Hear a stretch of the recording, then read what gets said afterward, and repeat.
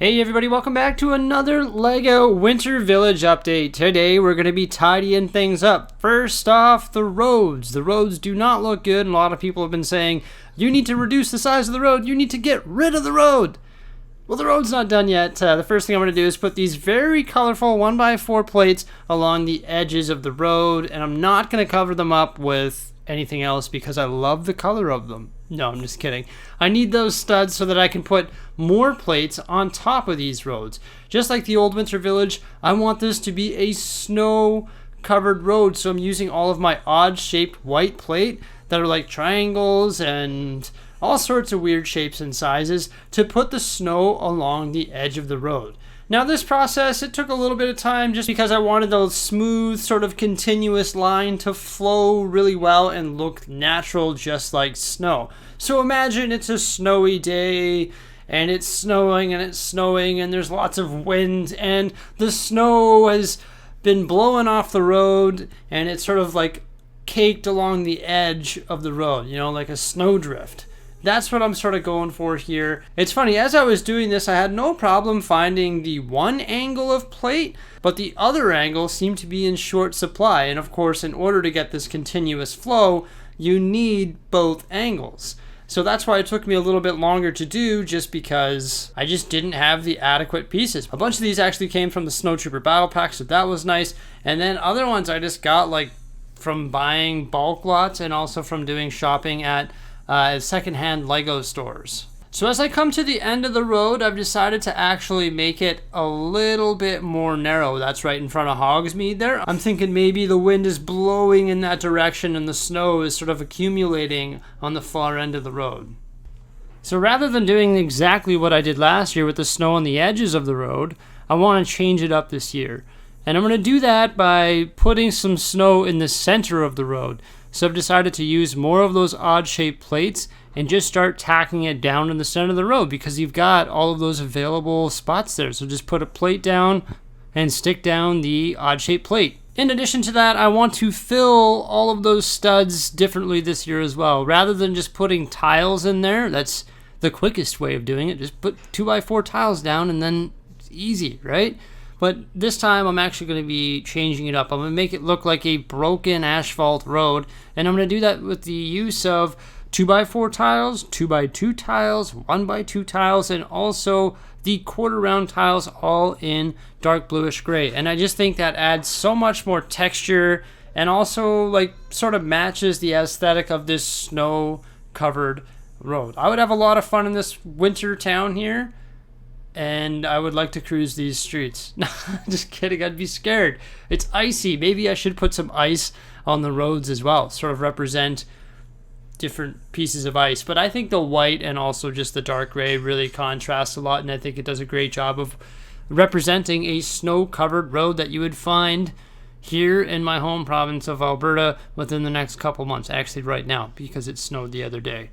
Yeah, but I was happy that I was able to give these roads a swift upgrade today. They just look substantially better than when we started this video, and it was just an eyesore for so long, and I know a lot of people were telling me that I need to reduce the size of the road, but now I've reduced it just with the addition of snow, which really just matches the Winter Village vibe that I'm sort of going for here.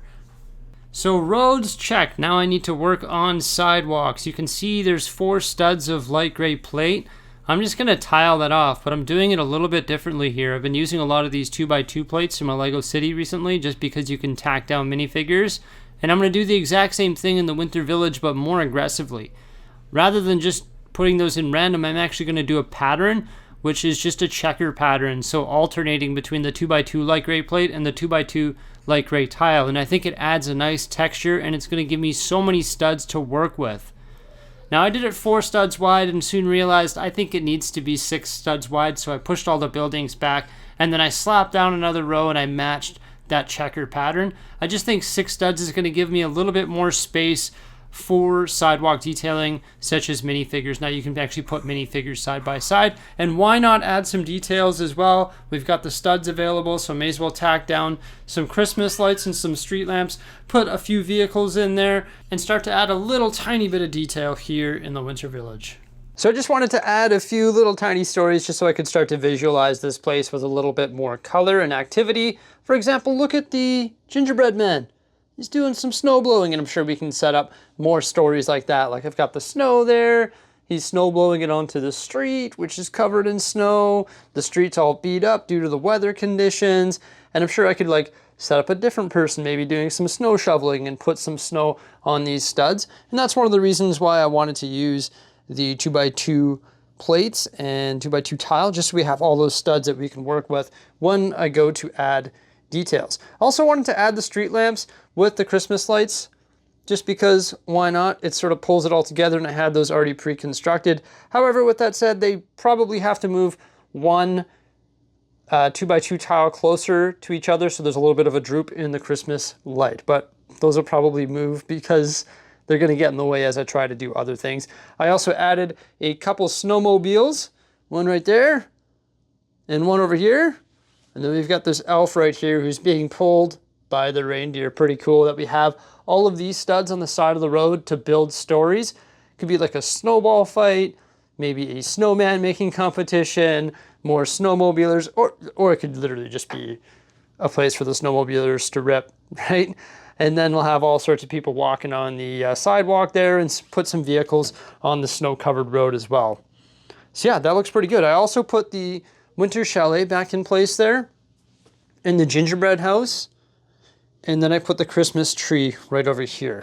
Now, when I get around to actually modularizing these buildings, if I get around to that, I was having a look at my parts inventory, and it looks like I'll be able to do some of them, but maybe not all of them without placing some bricklink orders. But when I do that, what I'll be able to do is actually reduce the gap between the buildings. See how there's like 3 studs of waste right there? Because these buildings could actually be put right next to each other. Same with these ones. There's another 4 studs. Right here, this one could be modified because if I actually do increase the size of this, I could probably move that staircase somewhere else on the back side or inside the building, and then we get all that space right there. And I could start putting these buildings just a little bit closer together so it looks a little bit more authentic like a street. And I think that would really help the aesthetic of this street, especially if they all had closed backs. So I really like the outcome of this road. It looks really good. Starting to add just a few more details, and it's starting to come together over here. But I still have to work on the ski slope that's nowhere near completion, and same with the gondola. Now, something that I want to work on today too is Santa Claus's Mountain, because it's just IKEA boxes right now.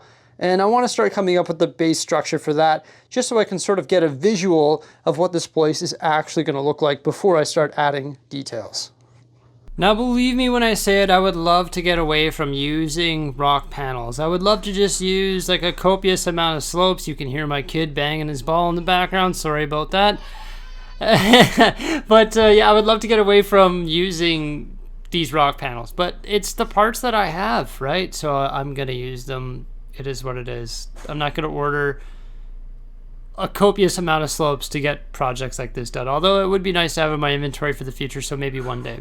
So the first thing I actually had to do was move those boxes over 2 studs, because I was only dealing with 4 studs there, and it's hard to go up 24 bricks when you only have 4 studs of depth. So I moved the boxes over 2 studs to give me 6 studs. I'm thinking maybe I'll be able to go up 24 bricks in a 6 stud width, although that is very difficult, and these rock panels are going to help me achieve that, but geez, it is challenging. The one way that I could do it is use a combination of inverted slopes and slopes, and then I could just alternate between inverted and regular slopes all the way up. But once again, I just don't have the parts to do that. I definitely know how to do it and would be able to do it if I had the parts to do it. Maybe I should go on Lego Masters where I have access to unlimited parts. No, I'm not doing that. But that would just be incredible. Imagine having access to like unlimited parts and the things that you could build, because half the time it's just like a matter of the part varieties that you have.